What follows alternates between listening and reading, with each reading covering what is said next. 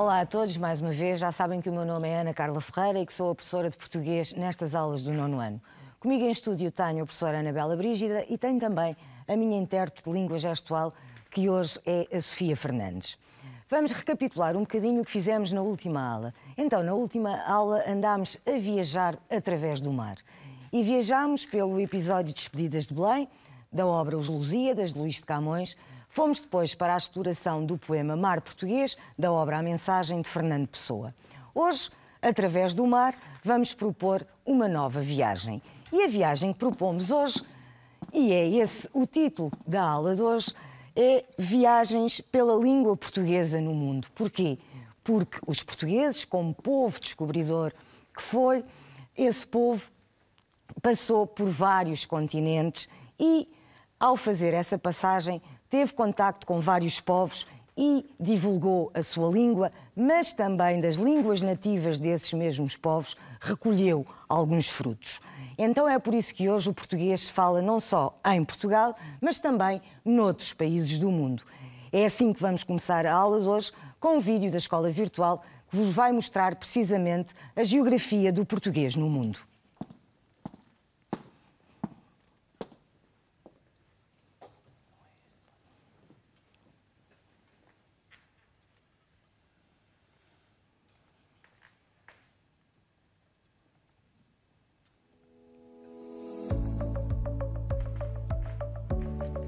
Diferentes acontecimentos da história de Portugal, como os descobrimentos, levaram à difusão da língua portuguesa, tornando-a numa das línguas mais faladas por todo o mundo. Influenciada também pelas línguas nativas, a língua portuguesa foi-se diferenciando, dando origem às variedades geográficas do português. A variedade europeia, que é o português falado em Portugal continental e insular, Madeira e Açores. A variedade brasileira, que corresponde ao português falado no Brasil. Até ao dia seguinte, eu me transformei na própria esperança da alegria. Eu não vivia, eu nadava devagar no mar suave. As ondas me levavam e me traziam.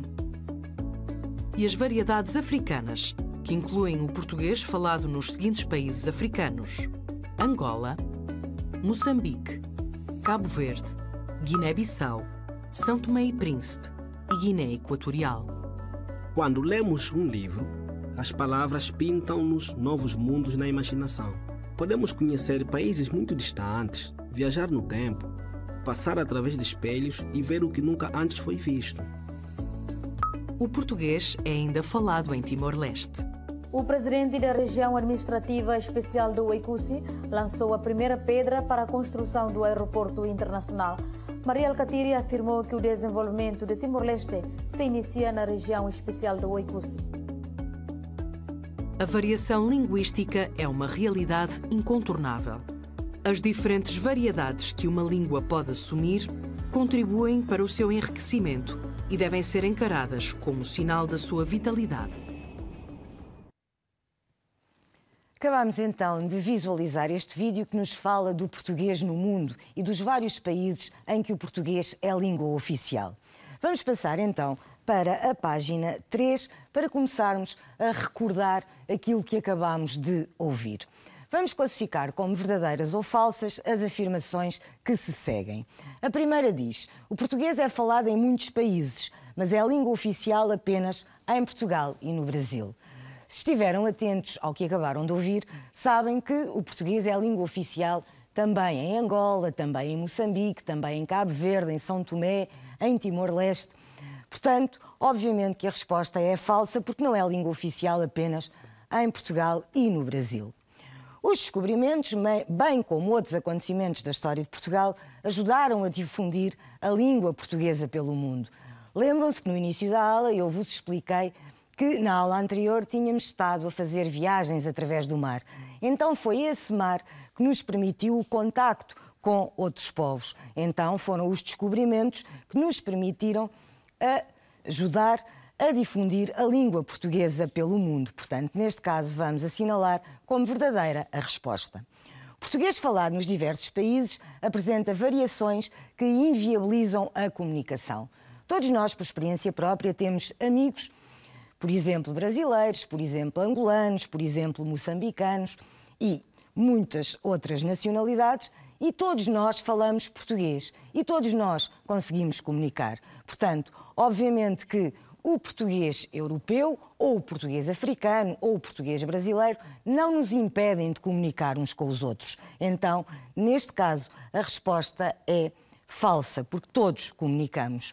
As variações da língua portuguesa devem-se ao seu convívio com diversas línguas nativas. Também já falámos disso hoje. Os descobrimentos permitiram o contacto com outros povos. Esses povos já tinham as suas línguas de origem. E o português, ao contactar com essas línguas nativas, também teve depois as suas variedades, as suas variações. Então vamos assinalar a resposta como verdadeira. Depois, um dos objetivos do acordo ortográfico é unificar a ortografia do português nos vários países de língua portuguesa. De certeza que vocês aí em casa já ouviram falar do acordo ortográfico, até porque às vezes este acordo levanta algumas polémicas. Mas o objetivo deste acordo é precisamente unificar, ou seja, a ortografia do português nos vários países de língua portuguesa deve ser unificada. Então, neste caso, o objetivo do dito acordo é unificar, portanto, a resposta será verdadeira. Vamos confirmar se está tudo bem, tudo a verde. Podemos prosseguir para a página seguinte, que neste caso é a página 4. Vamos completar as opções ou os espaços com as várias possibilidades que nos dão. Então dizem-nos assim: as diversas variedades da língua portuguesa apresentam palavras próprias, enquanto a palavra ônibus pertence à variedade brasileira, a palavra maximbombo surge no âmbito das variedades, não é aí, é aqui, africanas. Muito bem. Ambas se referem ao mesmo veículo, um autocarro, na variedade europeia. Porque para nós a palavra que costumamos utilizar é precisamente autocarro. Mas todos nós já ouvimos em português do Brasil a palavra ônibus e também o machimbombo no português africano. As variedades geográficas podem, de facto, causar alguma ambiguidade no discurso e alguma confusão entre os falantes. Por exemplo, um casal do Porto entra num bar em Lisboa e pede um fino e um pingo. O empregado diz que não tem, mas alguém o esclarece dizendo que eles pretendem uma imperial e um garoto. Em seguida, um senhor de idade avançada pede um cimbalino, um termo antigamente utilizado no Norte para designar um café.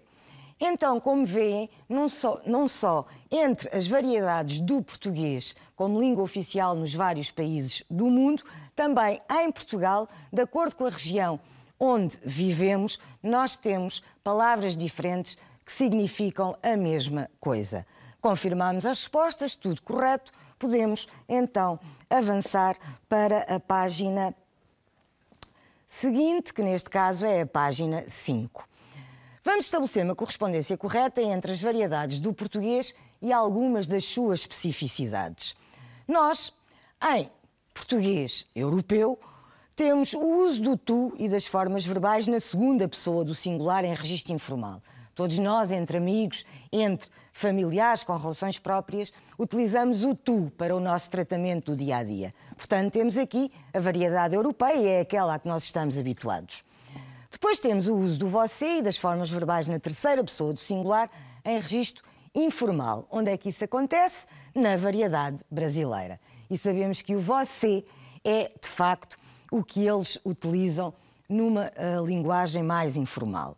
Na concordância do sujeito com o predicado, na variedade africana, o que é que acontece? Esse sujeito e esse predicado não concordam. Então é assim que fazemos a ligação com a variedade africana, porque não respeitam a concordância do sujeito com o predicado.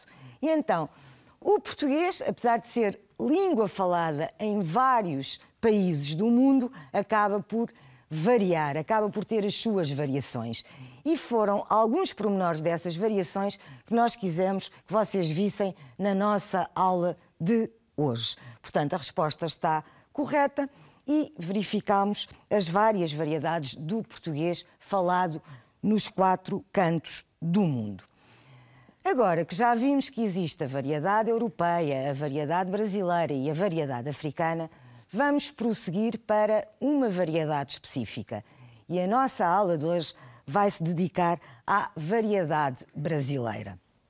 O brasileiro, ou o português do Brasil, de forma mais correta, estamos todos habituados a ouvi-lo mesmo através das telenovelas, por exemplo, que vocês, se calhar, aí em casa, alguns também acompanham. Então, o que vos propomos hoje, nesta variedade brasileira, é a descoberta de um autor brasileiro chamado José Mauro de Vasconcelos e que escreveu um livro chamado O Meu Pé de Laranja Lima e que é também uma das obras aconselhadas pelo Plano Nacional de Leitura para o português no 9º ano. Vamos descobrir então este autor de língua portuguesa brasileira que se chama José Mauro de Vasconcelos.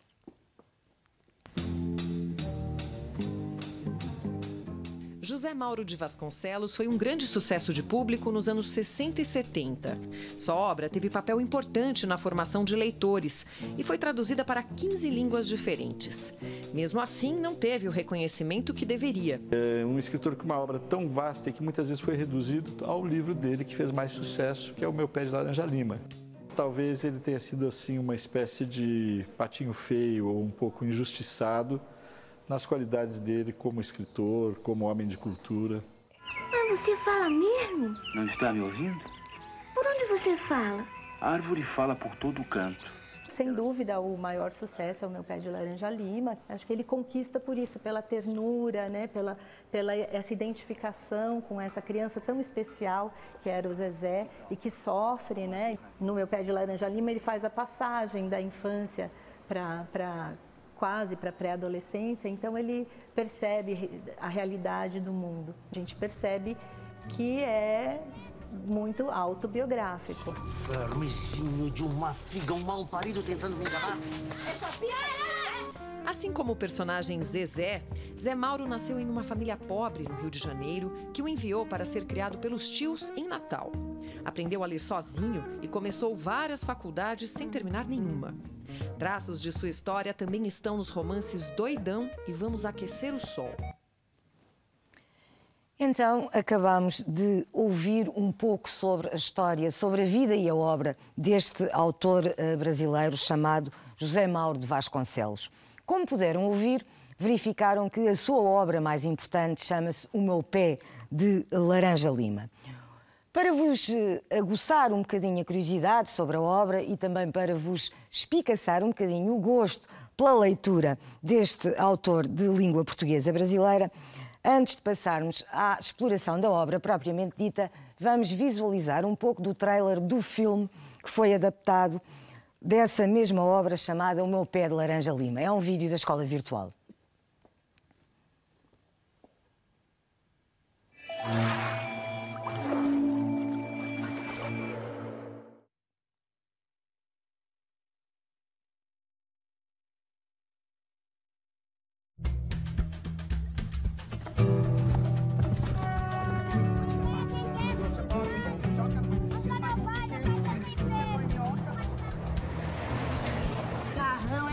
Eu ainda vou mal chegar nesse carro do portão. Vermezinho de uma figa, um mal parido tentando me enganar. Estão batendo demais nele. E o Zezé só sossega quando apanha. Ele é levado, sim, ele é só uma criança. Dodói, por que ninguém gosta de mim?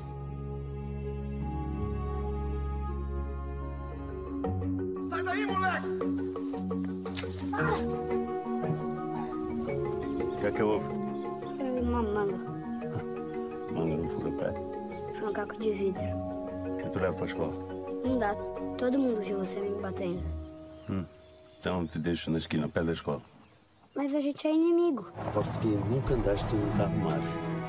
Acho que eu peguei um peixe. Cuidado! É uma caneta de família, uma herança. Herança? É, quando uma coisa passa de pai para filho. Ah, Zezé, por que você não me leva junto pra longe daqui? Igual você faz com o Luiz.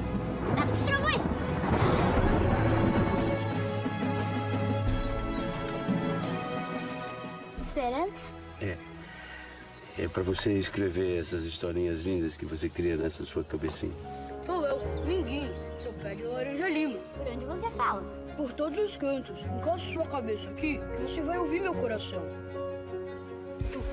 Toda vez que a gente se encontrar, você vai me contar uma história nova, senhor. Tá combinado? O que houve? Ai, que não dá pra inventar tanta história assim.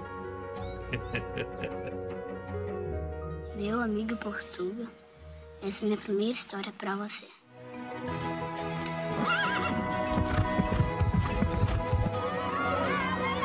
Olha lá, amiguinho. Um dia eu vou sair daqui. Eu vou lá pra cidade grande.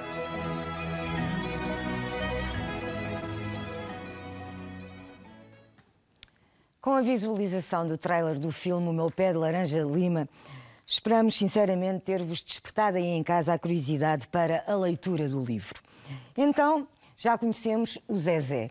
Já sabemos que ele fala com essa árvore, com o tal pé de laranja lima. Vamos agora ouvir um pequenino resumo da história, num minuto, um vídeo que fomos buscar ao YouTube.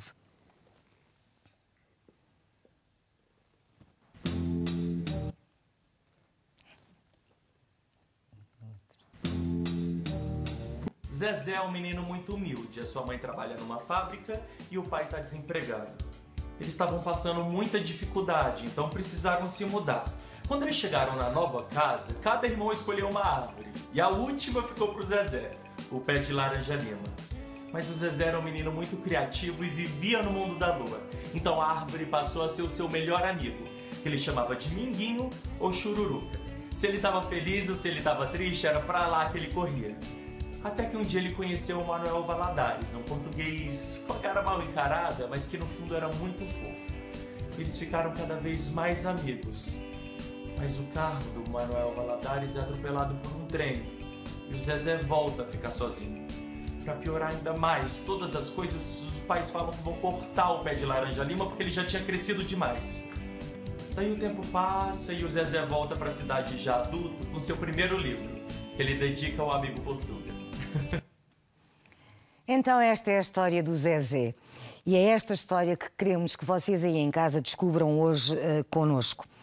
O Zezé é um menino que vive com os pais. O pai, entretanto, fica desempregado e a situação de vida lá em casa muda um pouco, porque, obviamente, que começam a ter algumas dificuldades económicas. Essas dificuldades económicas implicam que ele mude de casa e, quando muda de casa, é aí que ele conhece, que ele se vai encontrar com essa árvore a que ele vai chamar o meu pé de laranja lima. Paralelamente ao encontro com essa árvore, ele vai encontrar-se também com um amigo, um senhor já adulto, mais velho, a quem vai tratar delicadamente por Portuga e com quem estabelece uma relação de amizade curiosa. Vamos então para a exploração do meu pé de laranja lima e vamos começar por ouvir um excerto do próprio livro num vídeo da escola virtual.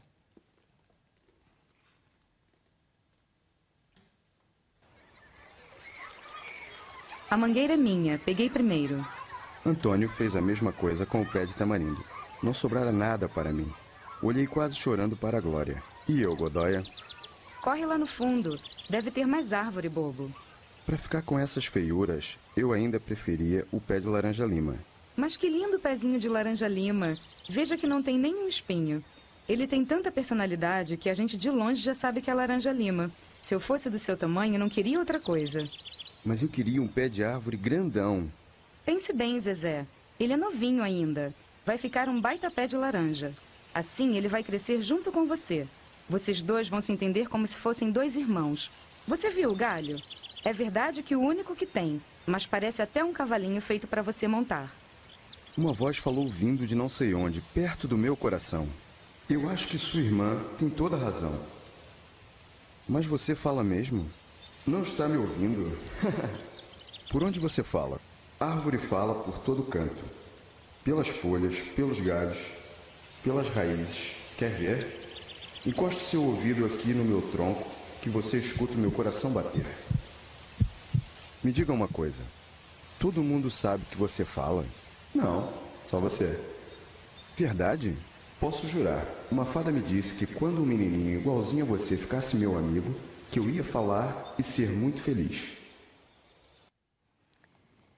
Então este menino amoroso encontrou-se com a árvore, com o pé de laranja-lima e ficou a perceber que afinal essa era uma árvore especial, porque era uma árvore que falava. E é esse o excerto que acabaram de visualizar com a história do encontro do Zezé com o seu pé de laranja-lima. Vamos passar agora à exploração do excerto que acabamos de ouvir para vos aguçar o gostinho pela leitura desta obra em português do Brasil. O que distinguia o pé de laranja-lima das outras laranjeiras era ser demasiado grande, não ter espinhos ou dar muita sombra. Neste caso, nós sabemos que as laranjeiras não têm espinhos. Então vamos optar pela resposta correta, que é não ter espinhos. Vamos passar um bocadinho para baixo. Quando o Zezé estava triste, algo inesperado aconteceu. O quê? Houve um som estridente vindo do fundo do quintal, o passarinho de dentro começa a cantar, percebe que o pé de laranja-lima fala. E acabamos de ver que é isso mesmo, não é? Este pé de laranja-lima era muito especial e falava com o Zezé. É por isso que ele vai transformar esta árvore no seu verdadeiro amigo, no seu amigo confidente. Depois do susto inicial, que outros sentimentos acabaram por dominar o Zezé? Terror e admiração, curiosidade e satisfação ou desinteresse e desdém? A curiosidade e a satisfação, obviamente. Ele ficou surpreendido porque geralmente uma árvore, como sabem, não fala.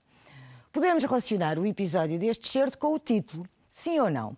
Não, porque a árvore não tem um papel central na história. Sim, porque é o início da fantasia do protagonista com o seu pé de laranja-lima.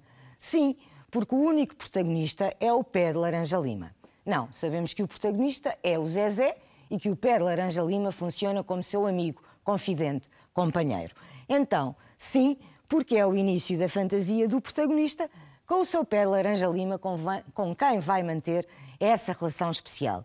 Confirmamos as respostas, tudo a verde, tudo certo. Podemos avançar mais uma página, neste caso para a página 5.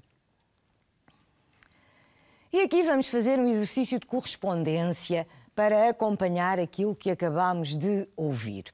Então, estamos a fazer a correspondência entre as passagens do texto e o significado que elas vão adquirir ou que elas têm. Adeus, amigo. Você é a coisa mais linda do mundo. Então, neste caso, vamos fazer a correspondência com a possibilidade que diz que uma personificação do pé de laranja-lima, construindo assim uma amizade imaginada. Porque se ele está a falar com uma árvore, sabemos que, neste caso, temos a personificação da árvore com a capacidade de dialogar com o próprio Zezé. O Zezé diz também: estava-me sentindo o maior desgraçado da vida.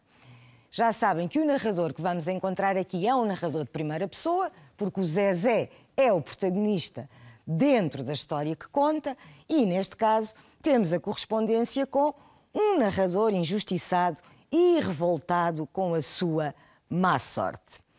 Psiu, lá vem ela. Este psiu é uma marca de oralidade. Se é uma marca de oralidade, vamos então encontrar aqui o uso de uma interjeição. Vamos fazer a correspondência, o uso das interjeições para dar a ideia de um discurso oralizante.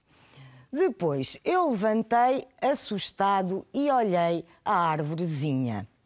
Neste caso, ele tem o uso do diminutivo em árvorezinha. Fazemos a correspondência que o uso do diminutivo cria um clima de afetividade e reduz à dimensão próxima de uma criança o mundo à sua volta. Resta-nos sempre todo o mundo tem toda a razão, eu é que não tenho nunca. E aqui o que é que o Zezé está a fazer? Está a vitimizar-se e ele diz ou sente que é muito reprimido pelos adultos, que o Zezé é muito reprimido pelos adultos. Então fizemos o exercício de correspondência, o exercício de ligação e vimos que está tudo a verde e que as respostas estão todas certas. Avançamos para a página 6 para recordar as categorias da narrativa que também já foram abordadas nestas nossas aulas, para classificar, neste caso, o narrador em relação à história que estamos a explorar. Quanto à presença, o narrador é participante, Muito bem. Narra na primeira pessoa e entra na história como personagem e, já que é a personagem principal, ele é também autodiegético.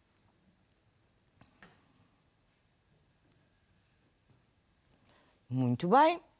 E depois temos, quanto ao ponto de vista, o Zezé vai emitindo opiniões, vai tecendo considerações, vai fazendo comentários e reflexões à medida que vai contando a sua própria vida. Então, neste caso, temos o narrador, quanto ao ponto de vista subjetivo.